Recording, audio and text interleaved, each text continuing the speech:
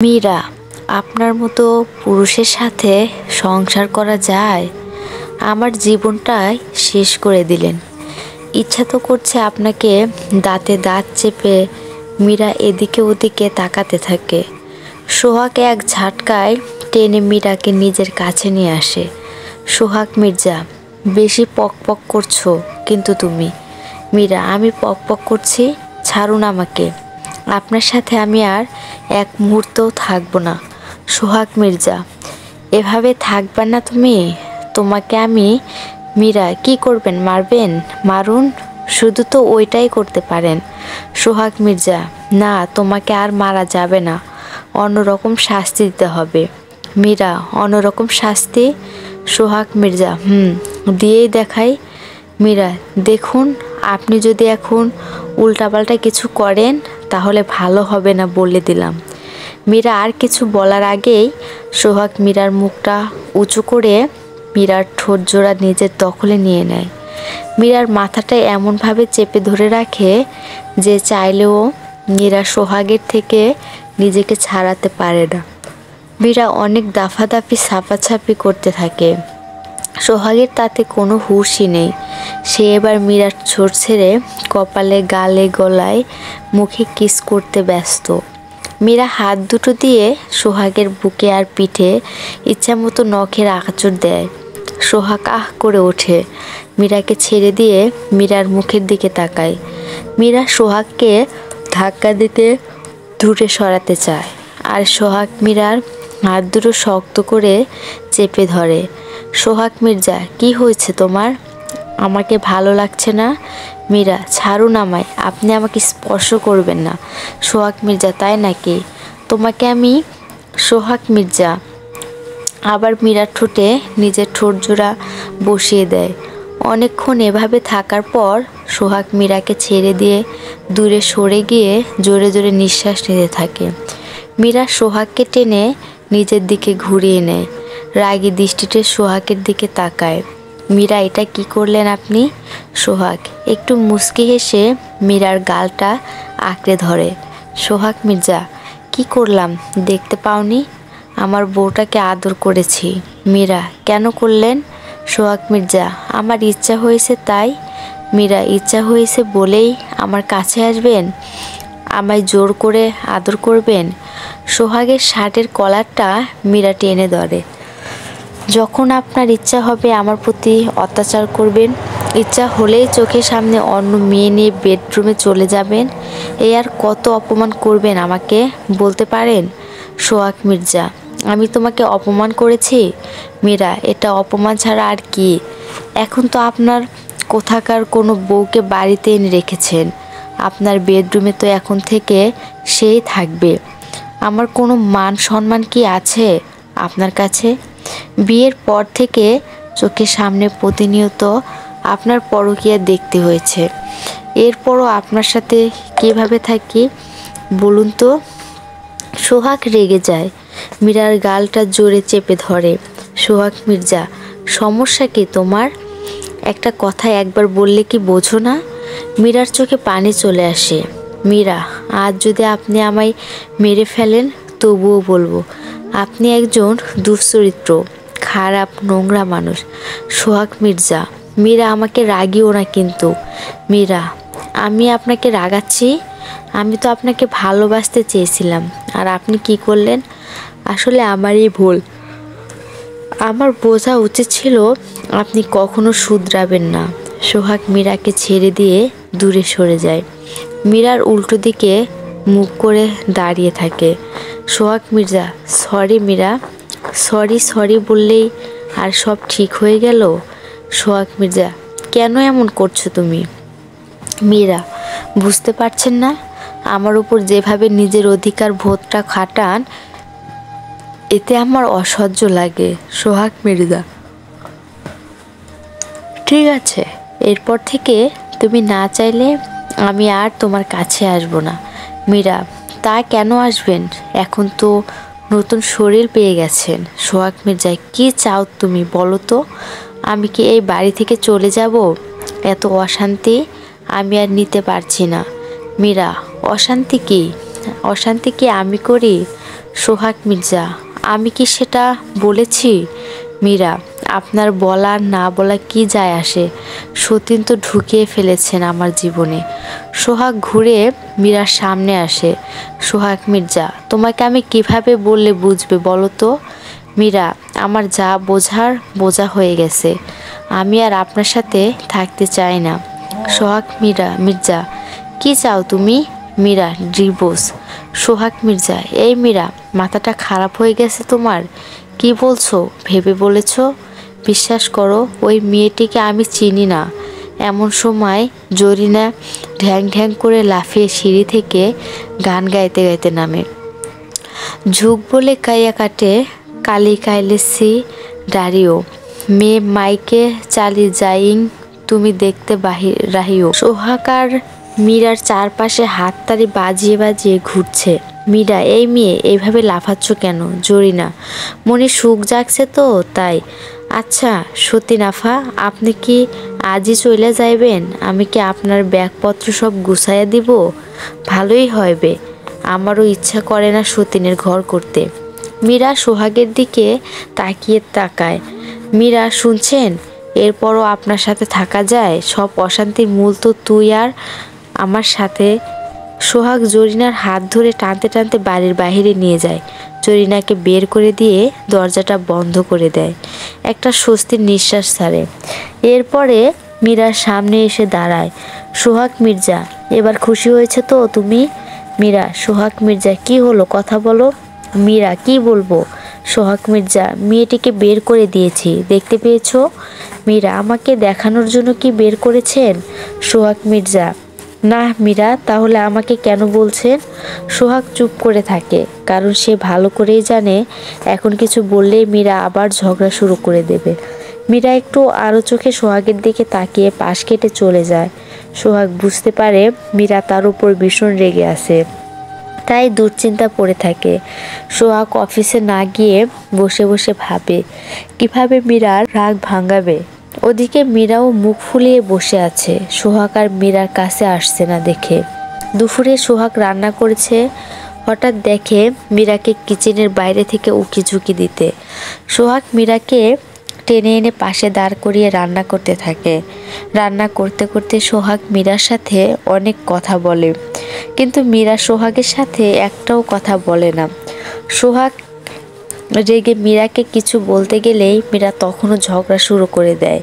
রাইসা খাবার টেবিলে বসে তার শাশুড়ি মায়ের সাথে ফোনালাপ করছিল। ভাইয়া ভাবির ঝগড়া শুনে ফোনটা রেখে দৌড়ে এসে দেখে ভাইয়ার মাথার উপর ময়দার কৌটা।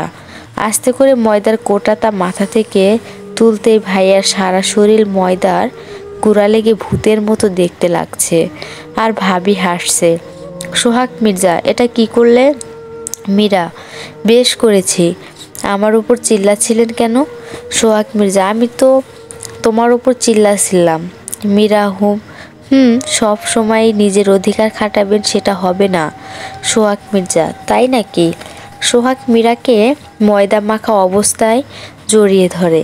দুজনের খুনসুটিমূলক রোমান্স দেখে রাইসার মনটা খারাপ হয়ে যায়। রাইসা রাইসুলের কথা ভাবতে ভাবতে সেখান থেকে চলে আসে। আর তো মাত্র কটা দিন, তারপরে রাইসুলও এমনভাবেই রাইসার কাছে থাকবে। ঠাস আপু, একটা কাজ দিয়েছিলাম সেটাও করতে পারলি না।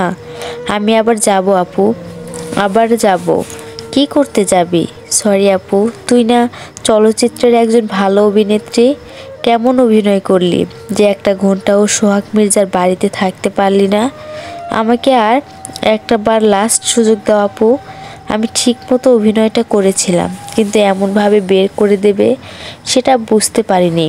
বের করে দিলেই চলে আসতে হবে? আমি অনেকবার কলিং বেল বাজিয়েছিলাম, কিন্তু কেউ দরজাটা খুলছিল না, তাই চলে আসছি। তুই অপেক্ষা করতেছিস, জানিস না সোহাগ মির্জা আমাদের সাথে কি কি করেছে? সব জানি আপু, তুমি আমাকে আরেকটা বার সুযোগ দাও। তোকে যেটা বলছিলাম করেছিস? হ্যাঁ আপু, আমি সোহাগ মির্জার বাড়ির নানা জায়গায় সিসি ক্যামেরা লাগিয়ে এসেছি। গুড, একটা কাজ অন্তত করেছিস। চল গিয়ে দেখি কি করছে।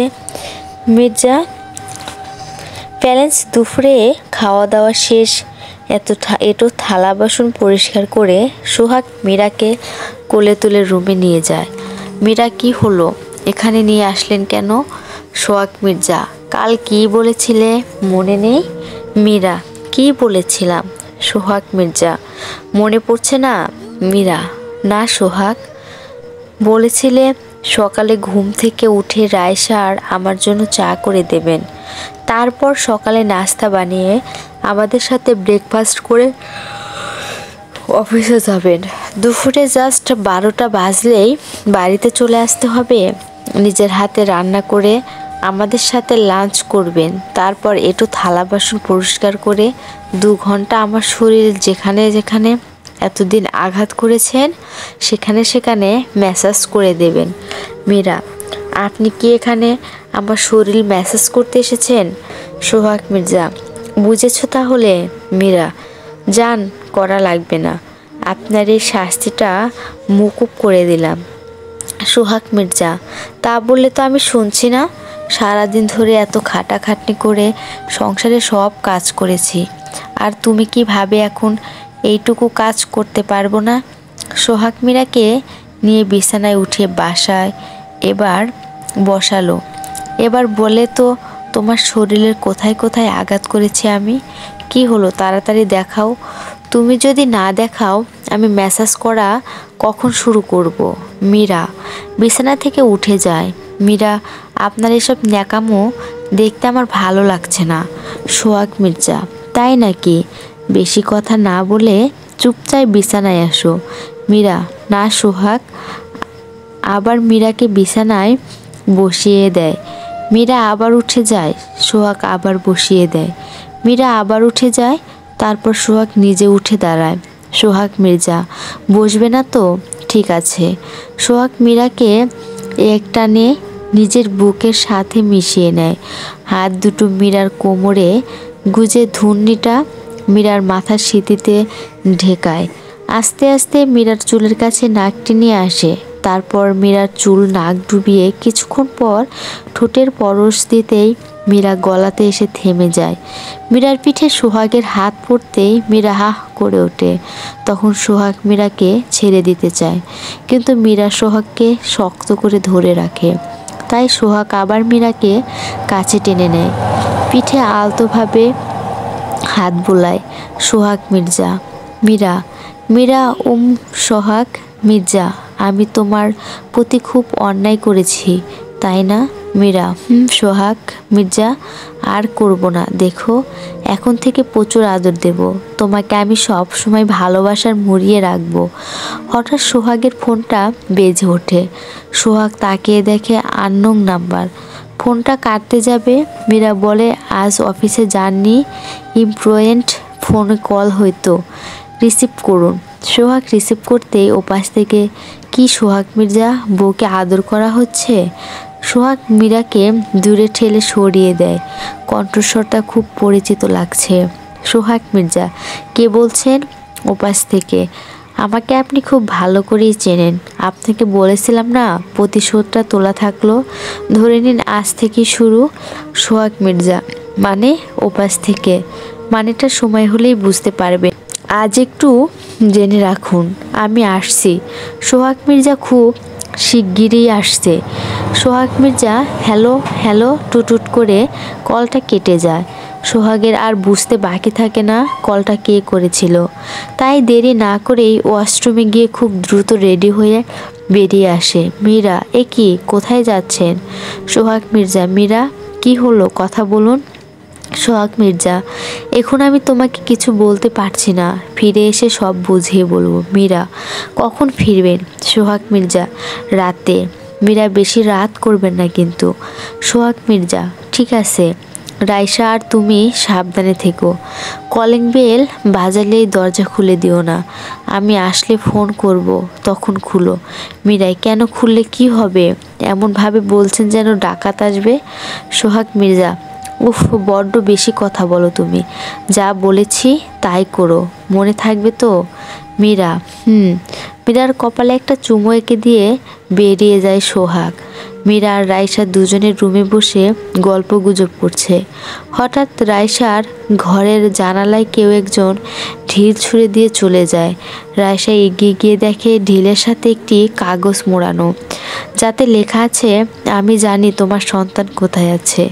যদি তোমার সন্তানকে পেতে চাও এক্ষুনি রূপসা ব্রিজের নিচে চলে এসো। রাইসা ব্যাপারটা মীরাকে গিয়ে জানায়। মীরা রাইসাকে একা যেতে দিতে চায় না, তাই দুজনে মিলেই রওনা হয়। ওদিকে সোহাগ মির্জা, মহা আহামরি কথায় তুমি মোনা চিৎকার করে ডাকতে থাকে সোহাগ মোনাকে। মোনার মেজ বোন ঝুলি সোহাগের চিৎকার শুনে বেরিয়ে আসে। ঝুলি, একই সোহাগ মির্জা, এখানে কি মনে করে আসলেন? সোহাগ মির্জা, তোমার বোন কোথায় ঝুলি? ঝুলি, আমার বোন? হ্যাঁ, কেন বোনের কথা বলছেন আপনি? সোহাগ মির্জা, প্লিজ ঝুলি বলো তোমার আপু কোথায়? ঝুলি, আমার আপু? তা হঠাৎ আমার আপুকে আপনার কি দরকার পড়লো? সোহাগ মির্জা, সেটা তোমাকে আমি বলবো না, পরে বলবো। এখন তোমার আপুকে একটু ডেকে দাও, তার সাথে আমার কিছু কথা বলার আছে। জুলি, সরি, আমার আপু এখন বাসায় নেই, আর যদিও থাকতো আপনার সাথে কখনোই কথা বলতে চাইতো না। সোহাগ মির্জা, কেন? জুলি, কেন সেটা আবার জানতে চাইছেন? ভুলে যাবেন না সোহাগ মির্জা, আপনার জন্য আমরা আমাদের বাবাকে হারিয়েছি, ছোট বোন দিনাকে হারিয়েছি। সোহাগ মির্জা, তোমরা ভুল বুঝছো আমাকে। জুলি, আমরা ভুল বুঝেছি? যেটা নিজের চোখে দেখেছি সেটাও কি ভুল? সোহাগ মির্জা, হ্যাঁ হ্যাঁ ভুল, তোমরা ভুল বুঝছো আমাকে। সেদিন আমি দিনাকে অনন্ত সুন্দরভাবে বুঝিয়েছিলাম। আমি যখন চলে যাই তখন স্যান্ডি তোমাদের বাড়িতে ঢোকে। আমার পুরো বিশ্বাস সেই রাতেই ঘটনার জন্য স্যান্ডিই দায়ী। ঝুলি, মিথ্যা বলবেন না সোহাগ মির্জা, দিনা নিজে আমাদেরকে ফোন করে বলেছিল আপনি ওকে ভালোবাসেন, বিয়ে করতে চান। সেদিন আপনি আমাদের বাড়িতে ছিলেন। আর ওর সাথে সোহাগ মির্জা, আমি এমনটা কিছুই করিনি। আমি তো জানতামই না দিনা আমাকে ভালোবাসে।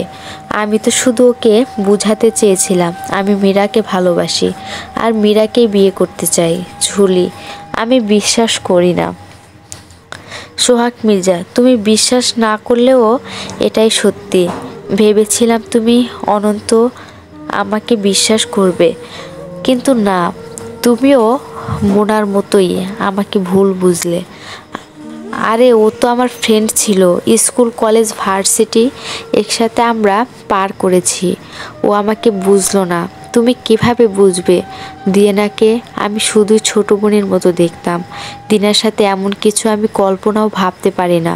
আমি জানতামই না দিনাকে রেপ করে খুন করা হয়েছিল। তোমাদের অসুস্থ বাবাকে খুন করা হয়েছিল, কারণ নিউজটা আমি দেরিতে পাই, আর পাওয়া মাত্রই ছুটে এসেছিলাম, কিন্তু তোমাদেরকে পাইনি।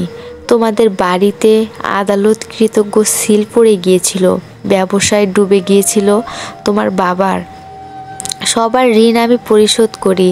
তোমাদের বাড়িটা আমি নিলামির হাত দিয়ে থেকে বাঁচাই। আর তোমরা কিনা ঝুলি, এর সবই আপনার নাটক।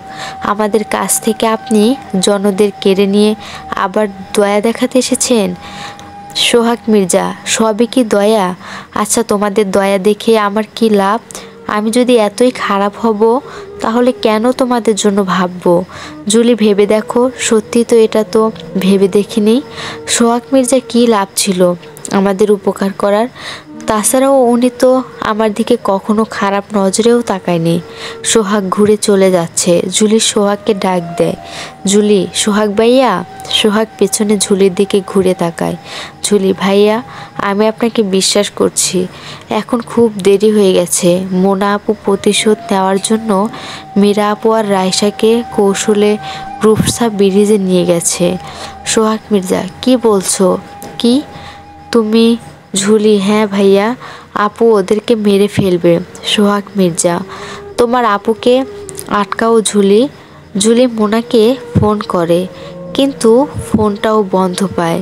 ঝুলি, মোনা আপুর ফোনটা বন্ধ ভাইয়া, আমাদেরকে ওখানে যেতে হবে। মীরা, কে আপনি? আমাদের এভাবে বেঁধে রেখেছেন কেন? মোনা মীরার চুলের মুঠি টেনে ধরে। মোনা, আমি কে সেটা জানতে চাস? তোর জম আমি। মীরার মাথায় হাতের বন্দুকটা দিয়ে অনবরত আঘাত করতে থাকে মোনা। রাইসা, প্লিজ মোনা আপু, আমার ভাবিকে তুমি ছেড়ে দাও। মারতে হয় আমাকে মারো। মোনা, মরবার এত শখ তোর? ঠিক আছে, আগে তোকেই মারবো। মীরা, না না, আমাকে মারো, ওকে ছেড়ে দাও। রাইসা, না আমাকে। মীরা, না আমাকে। মোনা রেগে যায়। বাহ, অনেক হয়েছে, আজ তোরা দুজনেই মরবি। তোদের মৃত্যু এতটা যন্ত্রণাদায়ক হবে যে দাফন করার জন্য শরীরে একটা হাড়ও খুঁজে পাওয়া যাবে না। মোনা মীরার দিকে তাকায়। আগে তোকেই মারি। বন্দুকটা নিয়ে মীরার সামনে ধরে, তারপর 1 থেকে 10 পর্যন্ত গুনে ঘ্যাচাং করে মীরার বুকে একটা গুলি বসিয়ে দেয়। তারপর মোনা তার গুন্ডাগুলোকে ডেকে মীরাকে জাহাজে উঠিয়ে দেয় আর গুন্ডাগুলোকে বলে, যাও গিয়ে মাছ নদীতে ফেলে এসো একে। গুন্ডাগুলো মাছ নদীতে মীরাকে গিয়ে ফেলে দিয়ে মোনাকে ফিরে এসে জানায়। মোনা তখন একটা বিজয়ী হাসি দিয়ে চিৎকার করে বলে, সোহাগ মির্জা, আমার বোনের সাথে যা করেছিস আমি তার প্রতিশোধ নিতে পেরেছি। রূপসা নদীর মাছগুলো তোর বউকে ছিঁড়ে ছিঁড়ে খাবে। তারপর রাইসার দিকে বন্দুকটা ধরে ঝুলি এসে বন্দুকটা ধরে উপরের দিকে ঘুরিয়ে দেয়। মোনা, ঝুলি তুই এখানে? ঝুলি, এই তুমি কি করেছিলে আপু? মোনা, প্রতিশোধ নিচ্ছিলাম। ঝুলি, কোথাও একটা ভুল বোঝাবুঝির সৃষ্টি হচ্ছে আপু। মোনা, কি বলতে চাস তুই? ঝুলি, আপু, আমার মনে হয় সোহাগ ভাইয়া নির্দোষ। মোনা ঠাস করে ঝুলির গালে একটা থাপ্পড় বসিয়ে দেয়। মোনা, তুই কি বলছিস জানিস? ঝুলি, হ্যাঁ, আমি যা বলছি ভেবেই বলছি। সোহাগ এসে রায়সার বাঁধনটা খুলে দিয়ে রায়সাকে জড়িয়ে ধরে।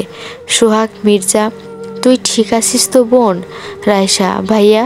রায়সা কাঁদতে কাঁদতে থাকে। সোহাগ মির্জা, কাঁদছিস কেন পাগলি? আমি চলে এসেছি না? সোহাগ এদিকে ওদিকে তাকিয়ে, মীরা কোথায়? রায়সা, ভাইয়া, ভাবি। সোহাগ মির্জা, কি রায়সা? ভাবিকে? মোনা আপু। সোহাগ মির্জা, তারপর? রায়সা, মোনা আপু ভাবিকে।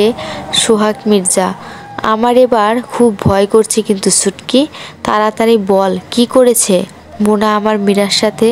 রায়সা, তুমি শান্ত হও ভাইয়া, আমি বলছি। সোহাগ মির্জা, কি করেছে মোনা ওর সাথে? রায়সা, মেরে ফেলেছে। মোনা আপু ভাবিকে মেরে রূপসা নদীতে ফেলে দিয়েছে। সোহাগ মির্জা, না। সোহাগ চিৎকার করে বসে পড়ে, খুব জোরে জোরে কাঁদতে থাকে। সোহাগ এখন সময়ে হঠাৎ কেউ এসে তার রক্তে ভেজা নরম হাতটি দিয়ে সোহাগের কাঁধ স্পর্শ করে। সোহাগ ঘুরে দাঁড়িয়ে দেখে মীরা রক্তাক্ত অবস্থা দুলছে। সোহাগ মীরাকে ধরতেই মীরা জ্ঞান হারিয়ে ফেলে। সোহাগ মির্জা, এই মীরা, কথা বলো, কথা বলো বলছি, কি হয়েছে তোমার মীরা? রায়সা, ভাইয়া ভাবির গুলি লেগেছে, এক্ষুনি ভাবিকে নিয়ে আমাদের হসপিটালে যেতে হবে, আর দেরি করিও না। সোহাগ মীরাকে কোলে তুলে নিয়ে হসপিটালে যাবে। মোনা এসে সোহাগকে ধাক্কা দিয়ে ফেলে দেয়। মোনা, ভেবেছিলাম তোর বউকে মারবো, বোনকে মারবো, কিন্তু না, তোর বউ বেঁচে ফিরে আসলো। তবে এখন যখন তুই এসেই গিয়েছিস, আজ নিজের হাতেই তোদের সবাইকে খুন করব। সোহাগ মির্জা, দেখ মোনা, তোর রাগ আমার ওপর, আমার মীরাকে তুই বাঁচতে দে। মোনা, বাঁচতে দেব? হ্যাঁ, তুই বাঁচতে দিয়েছিলি আমার বাবা বোনকে। সোহাগ মির্জা, তুই ভুল করছিস মোনা। মোনা, আমি ভুল করছি? আজ আমি আমার বাবা বোনের প্রতিশোধ নিচ্ছি। এখন যখন সুযোগ পেয়েই গেছি, নিজের হাতে তোকে আর তোর পরিবারকে খুন করে প্রতিশোধ পূর্ণ করব। মোনা সোহাগের দিকে বন্দুকটা ধরে, সে যেই গুলি ছড়বে যাবে তখনই পুলিশ এসে মোনার হাতে ঘ্যাচাং করে একটা গুলি বসিয়ে দেয়। মোনার হাত থেকে বন্দুকটা ছিটকে দূরে গিয়ে পড়ে। তারপর পুলিশ মোনাকে অ্যারেস্ট করে নিয়ে যায়। যাওয়ার সময় মোনা সোহাগকে বলে যায়, আমি আবার ফিরে আসবো সোহাগ মির্জা, তোর প্রতি প্রতিশোধ নিতে, তোকে শাস্তি দিতে, কথাটা মনে রাখিস। সোহাগ মীরাকে হসপিটালে নিয়ে যায়। মীরার শরীরে গুলি ছুঁড়ে বেরিয়ে যাওয়ার কারণে মীরা এখন বিপদমুক্ত। মীরাকে কেবিনে শিফট করা হয়েছে। রায়শা আর সোহাগ মীরার পাশে বসে রয়েছে। রায়শা, আচ্ছা ভাবি, তোমাকে না নদীতে ফেলে দিয়েছিল?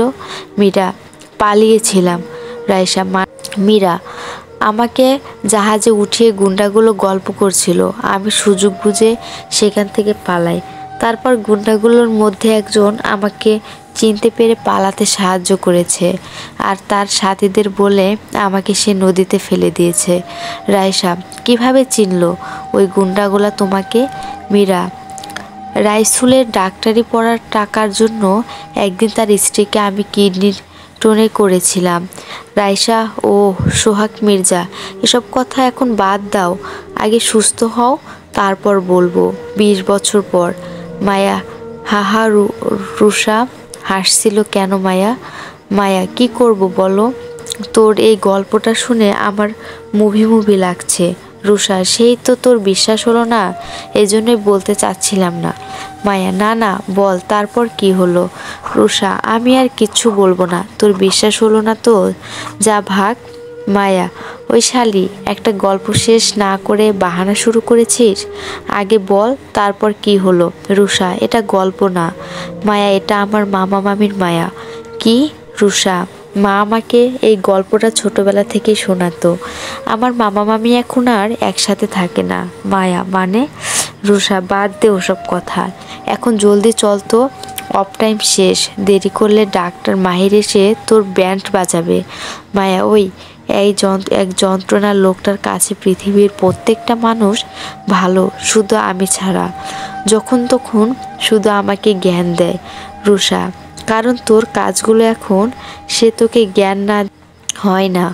মায়া, জ্ঞান কি মা কম দেয়? তবু কি ভেবে যে মেডিকেলে পড়তে পাঠালো? আমি তো অ্যাডমিশন টেস্টেও ফেল করার কত চেষ্টা করেছিলাম, কিন্তু কি করতাম, ওই মাহির বজ্জাতটা এসে যেভাবে খাতার উপরে হুমড়ি রেখে খেয়ে পড়েছিল, বজ্জাতটাকে দেখাতে গিয়ে নিজেই ফেঁসে গেছি। কপাল আমার সেই ডাক্তারি পড়তে আসা লাগলো। রুষা, ওভাবে বলিস না মায়া, স্যার কত ভালো, আমাদের বকে তো ভালোই জন্য। মায়া, থামবি তুই? ওই বজ্জাতটা হয়ে আর সাপাই গাইতে আসবি না। মাহির, কে বজ্জাত? মায়া। হঠাৎ মাহিরের কণ্ঠস্বর শুনে মায়া তাকিয়ে দেখে মাহির সামনে দাঁড়ানো। মাহিরের চোখ দুটো রাগে গজগজ করছে, ভয়ে মায়ের হাত পা ঠান্ডা হয়ে যাচ্ছে। মাহির, রুষা ক্লাসে যাও। Rusha, okay sir. মাহির, দাঁড়াও। মায়া, তুমি কোথায় যাচ্ছ? মায়া, আপনি বললেন তো ক্লাসে যেতে। মাহির, কানে কি সমস্যা আছে তোমার? মায়া, কেন স্যার? মাহির, আবার বলছো কেন? মায়া, সরি স্যার। মাহির, সরি কিসের জন্য? মায়া, আর কখনো আপনাকে কিচ্ছু বলবো না। মাহির, তোমার মতো শিক্ষা দীক্ষার খুব অভাব, শিক্ষকদের কিভাবে সম্মান দিতে হয় সেটাও জানো না মায়া। স্যার, আমি আসলে। মাহির, কি? শোনো মেয়ে, এটা লাস্ট, নেক্সট টাইম যেন এভাবে কোনো শিক্ষকদের নিয়ে বলতে না শুনি, মনে থাকবে? মায়া মাথা কাত করে হ্যাঁ বলে। মাহির ধমক দিয়ে আবার জিজ্ঞাসা করে, মুখে বলে মনে থাকবে? মায়া, জি স্যার। মাহির, এবার ক্লাসে যাও। আজ সোহাগের জন্মদিন। মীরা বাড়িতে অনেক ভালো ভালো রান্না করেছে, যা যা খেতে সোহাগ পছন্দ করে তার সব। রান্না শেষে মীরা খাবারগুলো নিয়ে বাইরে আসে।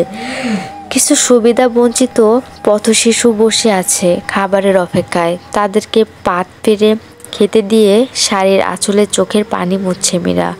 খাওয়ানোর শেষ যখন শিশুগুলো চলে যায়, মীরা দৌড়ে গিয়ে খাটের নিচে লুকিয়ে রাখা সুটকেসটা বের করে সোহাগের ছবি হাতে নিয়ে কাঁদে।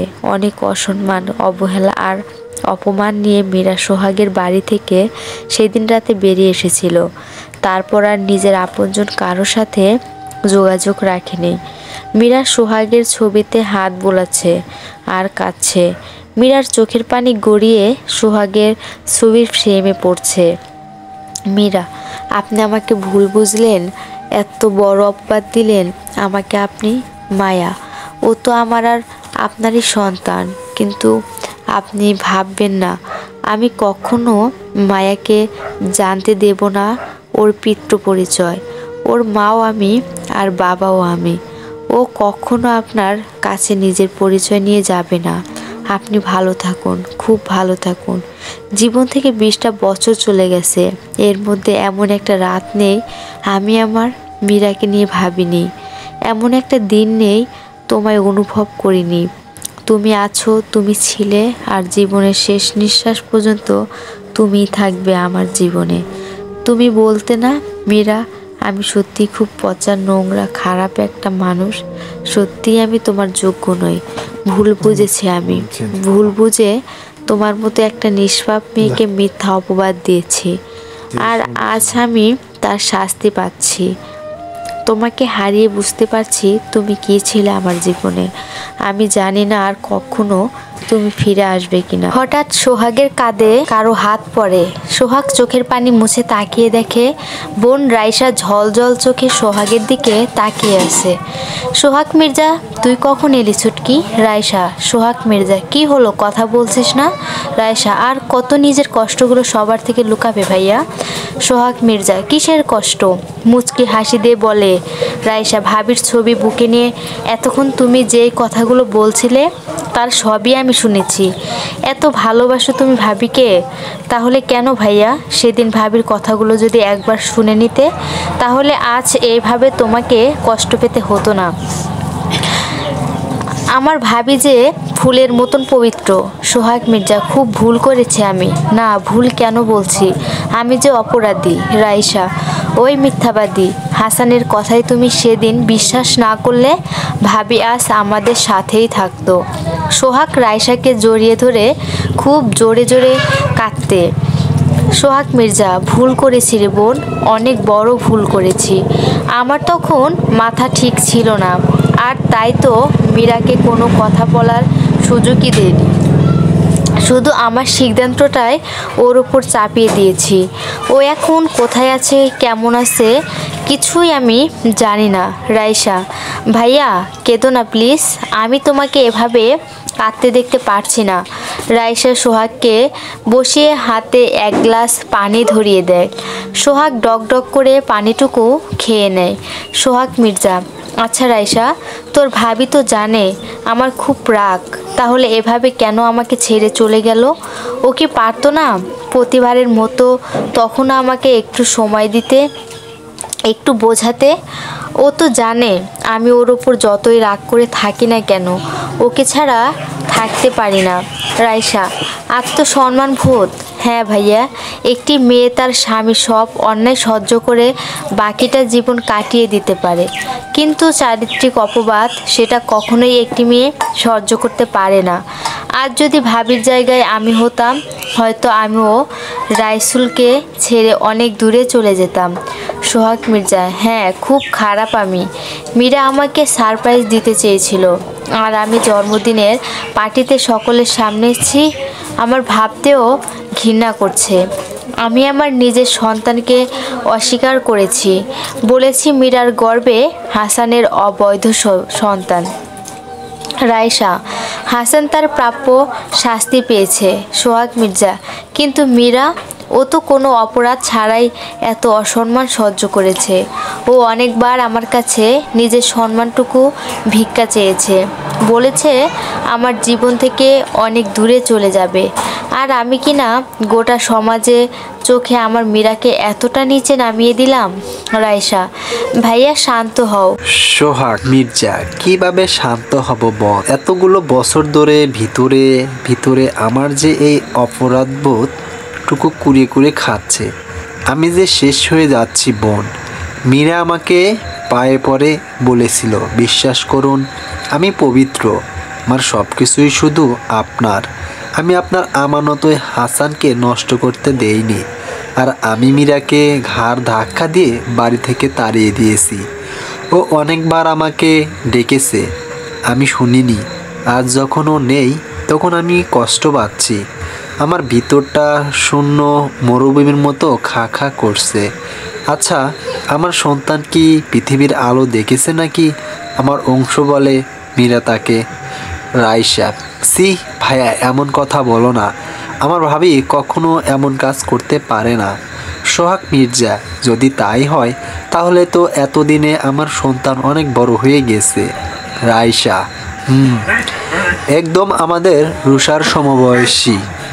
একটানে টেবিলের উপর যা ছিল রাইসুল সব মেঝেতে ফেলে দেয়। বেল বাজাতেই নার্স ডাক্তার সব ছুটে আসে রাইসুলের কেবিনে। রাইসুল শিকদার, সব শেষ। আমার এতদিনে সব পরিশ্রম ধুলোয় মিশিয়ে গিয়েছে। এই হসপিটালটা শুধু আমার স্বপ্ন না, এর সাথে জড়িয়ে আছে আমার বোনের নাম। আর সেই নামে সবাই কি হয়েছে স্যার? রাইসুল রাগান্বিত দৃষ্টিতে সকলের দিকে তাকায়। রাইসুল শিকদার, কি হয়েছে সেটা আবার জানতে চাইছেন? আপনারা এতটা কেয়ারলেস কিভাবে হতে পারেন? কি হলো বুঝতে পারছেন না? রাইসুল টিভিটা অন করে। সবাই নিউজের নিচে হেডলাইটটা পরে মাথা নিচু করে ফেলে। কি হলো এখন? মাথা নিচু করে আছেন কেন বলুন? কি করেছে শ্যামলী বসুর অপারেশনটা? ডাক্তার নাহিদ, শ্যামলী বসুন তো 105 নাম্বার কেবিনে ছিল স্যার। 105 নাম্বার কেবিনের পেশেন্টের সার্জারি ডাক্তার মাহির খান করেছে। রাইসুল শিকদার, হোয়াট? ডাক্তার মানহা, জি স্যার, এটাই সত্যি। রাইসুল শিকদার, নার্স এক্ষুনি গিয়ে ডাক্তার মাহিরকে ডেকে আনুন। নার্স গিয়ে ডাক্তার মাহিরকে ডেকে আনে। হুট করে মাহির ক্লাসে ছেড়ে চলে যাওয়ায় ক্লাসে সব স্টুডেন্টরা অফ টাইম পালন করছে। কেউ ক্যান্টিনে যায় তো কেউ যার যার কাজে নিয়ে ব্যস্ত। মায়া গিয়ে হসপিটালে পেশেন্টদের খোঁজ খবর নিতে থাকে। তারপর হাঁটতে হাঁটতে রাইসুলের কেবিনের কাছে চলে আসে। সেখানে অনেক চিৎকার চেঁচামেচির আওয়াজ শুনে ব্যাপারটা বুঝতে কেবিনে বাহিরে উকি দেয়। আর দেখে মাহির বকা খাচ্ছে। রাইসুল শ্যামলী বসুর ফাইলটা বাহিরের মুখে উপর ছুঁড়ে মারে। মাহির ফাইলটা তুলে খুলে দেখে বিস্মিত হয়, কারণ রিপোর্টটা চেঞ্জ। রাইসুল শিকদার, পেশেন্টের শরীরে কোনো রোগ না থাকা সত্ত্বেও কেন আপনি অপারেশন করেছেন? মাহির, স্যার আমি রিপোর্টটা দেখে অপারেশন করার সিদ্ধান্ত নিয়েছিলাম। রাইসুল শিকদার, তার মানে আপনি বলতে চাচ্ছেন সব শুনে একজন পেশেন্টকে মৃত্যুর মুখে ঠেলে দিয়েছেন? মাহির, আমি সেটা কখনো বললাম স্যার। আমি তো বলতে চেয়েছি রিপোর্টটা আমার দেখার সময় কেউ বদলে দিয়েছে, কেউ হয়তো আমাকে ফাঁসাতে চায়। রাইসুল শিকদার, অদ্ভুত তো, কে আপনাকে ফাঁসাতে চাইবে? মাহির, বিশ্বাস করুন স্যার, আমি যখন রিপোর্টটা দেখেছিলাম তখন পেশেন্টের অপারেশন হওয়াটা খুব প্রয়োজন ছিল। রাইসুল শিকদার, তাই নাকি? তা কিভাবে মানব? আপনি যা বলছেন সত্যি বলছেন? কি প্রমাণ আছে আপনার কাছে? মাহির, স্যার এখন আমার কাছে কোনো প্রমাণ নেই, তবে একটু সময় দিলে আমি প্রমাণ জোগাড় করতে আনতে পারবো। রাইসুল শিকদার, বেশ, আমি আপনাকে 24 ঘন্টা সময় দিচ্ছি। এর মধ্যে যদি আপনি নিজেকে নির্দোষ প্রমাণ করতে না পারেন তাহলে আপনার থেকে ডাক্তারি লাইসেন্স কেড়ে নেওয়া হবে আর আপনাকে পুলিশও দেওয়া হবে। মাহির, ওকে স্যার। মাহির রাইসুলের কেবিনে থেকে বেরিয়ে এসে কেবিনের সামনে মায়াকে দেখতে পায়। মায়ার তো ভয়ে কলিজা শুকিয়ে যাচ্ছে। না জানি মাহির এখন তাকে কিনা কি বলবে, কিন্তু মায়াকে অবাক করে দিয়ে মাহির একটু আর চোখে তাকিয়ে মায়ার পাশ কেটে চলে যায়। মায়া, অদ্ভুত লাগলো ব্যাপারটা। লোকটা আমায় কিছু না বলে চলে গেল, এমনটা তো আগে কখনো হয়নি। সত্যি কি উনি অনেক বড় ঝামেলায় ফেসেছে? এখন পুরো হসপিটাল তার বিপক্ষে, কেউ ওনার কথা বিশ্বাস করবে না। কিন্তু আমি তো জানি উনি কখনো এত বড় ভুল করবেন না। আমার পুরো বিশ্বাস আছে ওনার ওপর। মায়া মনে মনে কথাগুলো ভেবে দৌড়ে গিয়ে মাহিরের সামনে এসে দাঁড়ায়। মাহির, কি হলো? মায়া, স্যার আমি আপনাদের সব কথা শুনেছি, আমি কি আপনার কোনো সাহায্য করতে পারি? মাহির, কি করবে? মায়া, যা আপনি বলবেন। আমার মনে হয় আপনার পাশে আমার এখন থাকাটা খুব দরকার। মাহির, সরো সামনে থেকে। মায়া, না। মাহির, ঠিক আছে, এসো আমার সাথে। মাহির মায়াকে টেনে স্টোরুমে নিয়ে যায়। মায়া, এ কি এখানে কেন আনলেন? মায়া মনে মনে ভয় পায় হয়তো কথাটা বলার জন্য মাহির মায়াকে শাস্তি দেবে। ভয়ে মায়ের কপালে ঘাম চলে আসে। মাহির মায়ের হাত দুটি শক্ত করে দেয়ালের সাথে চেপে ধরে। মাহির, কি সাহায্য করবে তুমি আমার? মাহির মায়ের দিকে মুখটা এগিয়ে নিয়ে আসে। মায়া লজ্জা লজ্জা মুখ করে বলে, কি করছেন আপনি? মাহির মায়ের এক হাত ছেড়ে দিয়ে স্টোররুমের লাইটটা অন করে। লাইট অন হলে মায়া চোখটা খুলে তুলে মাহিরের দিকে তাকায়। তখন মায়ার আরেকটা হাত ছেড়ে দিয়ে মায়াকে ধাক্কা দিয়ে দূরে সরে যায়। মাহির, কি করব ভেবেছিলে? শোনো মেয়ে, তোমাকে আমি বিয়ে করেছি শুধুমাত্র আমার বাবা মাকে খুশি করতে। তাছাড়া তোমার মতন একটা পিতৃ পরিচয়হীন মেয়েকে নিজের স্ত্রী হিসাবে মেনে নেওয়া আমার পক্ষে সম্ভব নয়। আর কখনো স্ত্রী হওয়ার কথা মনে করো না। মানুষ জানলে কেলেঙ্কারি হয়ে যাবে। এটা আমার প্রফেশনাল প্লেস, মনে থাকবে কথাটা? ধমক দিয়ে বলে। বল মনে থাকবে। মায়া, মনে থাকবে। ভয় পেয়ে বলে মায়া। মাহির, গুড। এখানে শ্যামলী বসুর সেই নকল ফাইলটা পাওয়া যেতে পারে। সাহায্য করতে চেয়েছিলে না, এখন খোঁজো। মায়া, এখানে তো অনেক ফাইল, কোথায় খুঁজবো? মাহির, তা আমি জানি না। এই আমি বসলাম, তুমি খুঁজে এনে আমার কাছে দাও। একটা চেয়ার টেনে এনে মাহির পায়ের উপর পা তুলে বসে পড়ে। মায়া 2 ঘন্টা ধরে স্টোররুমে শ্যামলী বসুর ফাইলটি খুঁজে চলেছে, আর মাহির আর চোখে মায়ের দিকে তাকিয়ে আছে। একটা মুহূর্ত মায়াকে স্থির থাকতে দিচ্ছে না। এদিকটাই খোঁজো, ওদিকটাই খোঁজো, পায়ের উপর পা তুলে হুকুম করে চলেছে। মায়া চেয়ার নিয়ে উপরে তাকের ফাইলগুলো নামাতে চেষ্টা করে। হাতটি উঁচু করে ফাইলগুলো নামাতে গেলেই পুরনো ফাইলগুলোর ভিতর থেকে কিছু ছোট ছোট তেলাপোকা বেরিয়ে এসে মায়ের হাত বেয়ে কামিজের মধ্যে ঢুকে যায়। মায়া চিৎকার করে লাপাতে লাপাতে চেয়ার থেকে নেমে মাহিরের সামনে এসে কামিজ ঝাড়তে থাকে। মায়া আহ মাহির কফ করে মায়াকে ঠেলে পাশের দরজাটার সাথে মিশিয়ে মায়ার মুখটা হাত দিয়ে চেপে ধরে রাখে। মাহির, সমস্যাটা কি তোমার? এইভাবে চিৎকার করছো কেন? মায়া মাহিরকে ধাক্কা দিয়ে ফেলে দিয়ে দোতলাতে বলে। মায়া, তেলাপোকা মাহির। হোয়াট? তেলাপোকা মায়ার কামিজের মধ্যে পিঠের দিকে চলে যায়। মায়া উল্টো ঘুরে মাহিরকে ইশারায় দেখায় যে সে হাতে পাচ্ছে না। মাহির দেখে খেয়াল করে, হ্যাঁ সত্যি মায়ের কামিজের মধ্যে কিছু একটা দৌড়াদৌড়ি করছে। তাই আর কিছু না ভেবেই মাহির মায়াকে টেনে বুকের সাথে মিশিয়ে নেয়। মায়ার ঘাড়ের উপর থেকে আলতো করে চুলগুলো সরিয়ে দিয়ে কামিজের মধ্যে হাত ঢুকিয়ে দেয়। তারপর হাতিয়ে তেলাপোকা ধরে বের করে আনে। আচমকা মাহিরের এমন আচরণে মায়া হতবস্ত হয়ে যায়।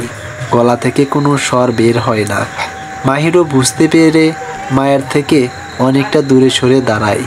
পাশের পড়ে থাকা অনেকগুলো ফাইলের মধ্যে চোখ যেতেই শ্যামলী বসুর নামটা দেখে ফাইলটা টেনে তোলে মাহির। পেয়েছি। এতক্ষণে ফাইলটার থেকে ফিঙ্গারপ্রিন্ট রিপোর্ট বের করতে হবে, তাহলেই জানা যাবে হসপিটালে আর কে এই ফাইলটা স্পর্শ করেছে। আর এই ফাইলটারে হসপিটালের এমন কি আছে যে আমাকে ফাঁসাতে চায়? মায়া, আপনাকে কেউ কেন ফাঁসাতে চাইবে মাহির? সেটা জেনে তোমার কি কাজ? যাও এখান থেকে। মায়া মুখটি ফ্যাকাশে করে চলে যাবে বলে স্টোররুমের দরজাটা খুলছে, যা জ্যামে আটকে আছে। মাহির, কি হলো, যেতে বলেছি না তোমাকে? মায়া, স্যার দরজাটা খুলতে পারছি না। মাহির, একটা দরজা খুলতে এত ঢং? চোখ পাকিয়ে মায়াকে সরতে বলে মাহির দরজাটা টেনে দেখে সত্যি খোলা যাচ্ছে না। মাহির, ওহ শিট, আমি তো ভুলে গিয়েছিলাম। মায়া, কি স্যার? মাহির, দরজাটা একবার বন্ধ করলে বাহির থেকে ধাক্কা না দিয়ে খোলা যায় না। মায়া, তাহলে এখন কি হবে? মাহির, জানি না, আমার ফোনটা কেবিনে রেখে এসেছি, নইলে সিদ্ধকাকে ফোন করতাম। মায়া, সমস্যা নেই স্যার, আমার কাছে ফোন আছে, আমি এক্ষুনি রুষাকে ফোন করে আসতে বলছি। মায়া রুষাকে ফোন করে রুষা ফোনটা রিসিভ করে হ্যালো বলে, আর কিছু বলার আগে মায়ার ফোনটা বন্ধ হয়ে যায়। মায়া হলো হ্যালো করে তাকিয়ে দেখে ফোনটা বন্ধ। মাহির, কি হলো? মায়া ফোনে চার্জ নেই, বন্ধ হয়ে গেছে। মাহির, সারাদিন ফোনে কি এমন করো যে চার্জ থাকে না? প্রচণ্ড বকা খায় মাহিরের কাছে মায়া। এমন সময় হঠাৎ বিদ্যুৎ চলে যায়। মায়া অন্ধকারে খুব ভয় পেয়ে চিৎকার করে মাহিরকে জড়িয়ে ধরে। মাহির, এই মেয়ে কি হচ্ছে কি? ছাড়ো আমাকে। মায়া, না স্যার, প্লিজ ছাড়তে বলবেন না আমাকে, আমি অন্ধকারকে ভীষণ ভয় পাই। মাহির, ন্যাকামো হচ্ছে, ছাড়ো বলছি। মায়া, আপনি পরে দরকার হলে আমাকে 2-4টা চর বসিয়ে দিয়ে, আমি তবুও এখন আপনাকে ছাড়তে পারবো না। মাহির, ফাইজলামো করছো কিন্তু তুমি, ছাড়ো। মায়া, বললাম তো না। মাহির মায়াকে দূরে সরিয়ে দেয়। মায়া আবার মাহিরের বুকের সাথে মিশে যায়। মাহির, আমি কিন্তু এবার রেগে যাচ্ছি। মায়া, আপনি রাগলেও আমার এখন কিছু করার নেই, তাছাড়াও আমি আপনার স্ত্রী, আমার সাথে আপনি এমনটা করতে পারেন না। মায়া মাহিরকে আরও জোরে ঝাপটে ধরে। মাহির, তুমি অনেক বেয়াদব হয়ে গেছো, তোমাকে মায়ের দেওয়া উচিত, না হলে শুধরাবে না। মায়া, মারুন, তবু আপনাকে আমি এখন ছাড়তে পারবো না। আমি আমার স্বামীকে ধরেছি, আর বিদ্যুৎ না আসা পর্যন্ত এভাবেই থাকবো। আপনার যা করার বিদ্যুৎ আসলে করবেন। ধুম করে আলো জ্বলে ওঠে। মায়ের চোখ দুটি অন্ধকারের ভয়ে এখনো বন্ধ হয়ে আছে। মাহির দেখে বিদ্যুৎ আসার পরেও মায়া তাকে ছাড়ছে না। মাহিরের অসহ্য লাগে ব্যাপারটা। মায়াকে নিজের থেকে সারিয়ে নিয়ে মায়ের চোখ বন্ধ পেয়ে জাকাতে থাকে। মায়া চোখ খুলে দেখে বিদ্যুৎ এসেছে, আর মাহিরের দিকে তাকিয়ে দেখে মাহিরের চোখ রাগে গজগজ করছে। আজ মায়ের রক্ষা নেই। মাহির তো মায়াকে স্ত্রী হিসাবে মানে না, তাহলে মায়া কেন বারবার নিজের অধিকার বোধটা জানান দিতে যাবে? মায়া মুখ ঘুরিয়ে মাহির থেকে একটু দূরে সরে দাঁড়ায়। মায়াকে টেনে সামনে নিয়ে আসে মাহির। মাহির ইচ্ছা করছে কষিয়ে একটা থাপ্পড় বসিয়ে দেয়। বেয়াদব মেয়ে কোথাকার, সভ্যতা বলতে কিছু শেখনি? মায়া, আমি কি সত্যি কোনো ভুল করেছি? মাহির, আবার জানতে চাও? আজ তোমার সাহস দেখে আমি অবাক হচ্ছি। একই তো এখানে আটকে আসছি, বেরোবার উপায় খুঁজবো তা না, যত সব। মাহিরের এমন কথা বলার পর মায়া কেঁদে ওঠে, জোরে চিৎকার জুড়ে দেয়। মায়া, বাঁচাও বাঁচাও, মরে গেলাম, বাঁচাও। মাহির, এই চিৎকার করছো কেন তুমি? কেউ এখানে আমাদের দেখলে কেলেঙ্কারি হয়ে যাবে। মায়া, কেউ কি আসো, বাঁচাও। মাহির, আমি বলছি থামো। এতক্ষণে মায়ার চিৎকার শুনে কেউ একজন এসে পড়েছে। সে দরজা খুলতে গেলে মায়ার কানে আওয়াজ আসে। সাথে সাথে মায়া মাহিরকে ঠেলে দরজার পিছনে লুকিয়ে দিয়ে নিয়ে বসে পড়ে। ডাক্তার নাহিদ এসে মায়াকে এখানে এমনভাবে বসে থাকতে দেখে অনেক অবাক হয়ে যায়।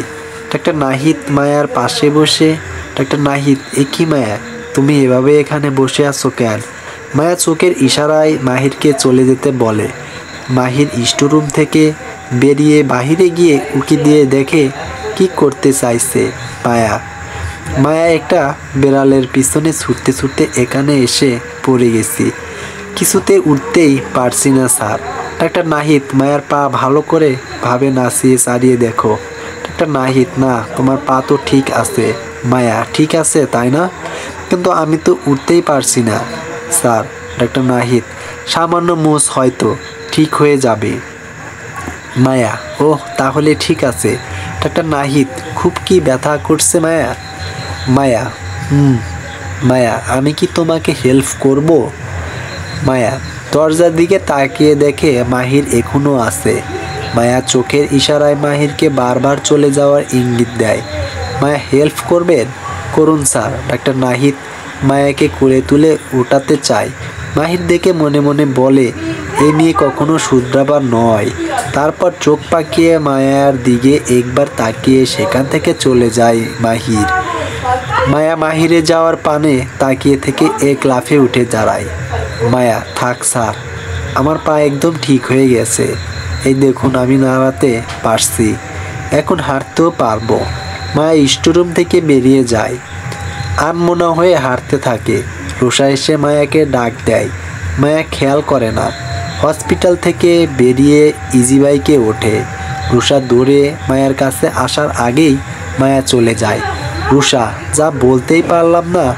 হাদিস পাকের শহীদ মিনারের সিঁড়িতে অসংখ্য কষ্ট বুকে নিয়ে বসে আছে আবির।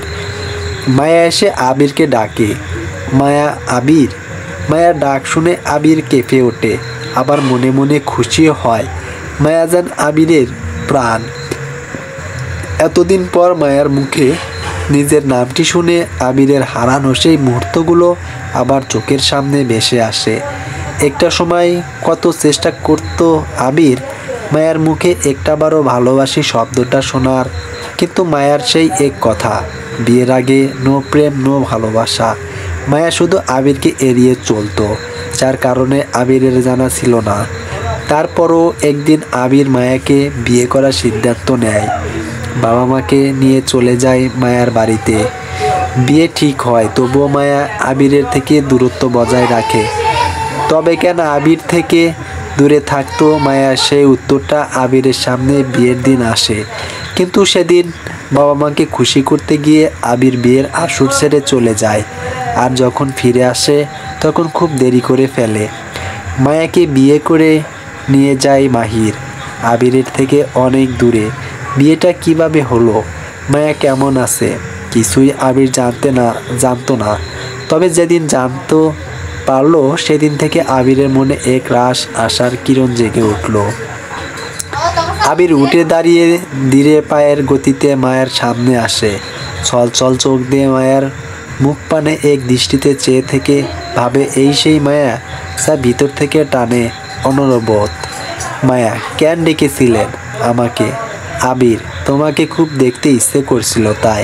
মায়া, আমাকে দেখার অধিকার আপনি অনেক আগেই হারিয়েছেন।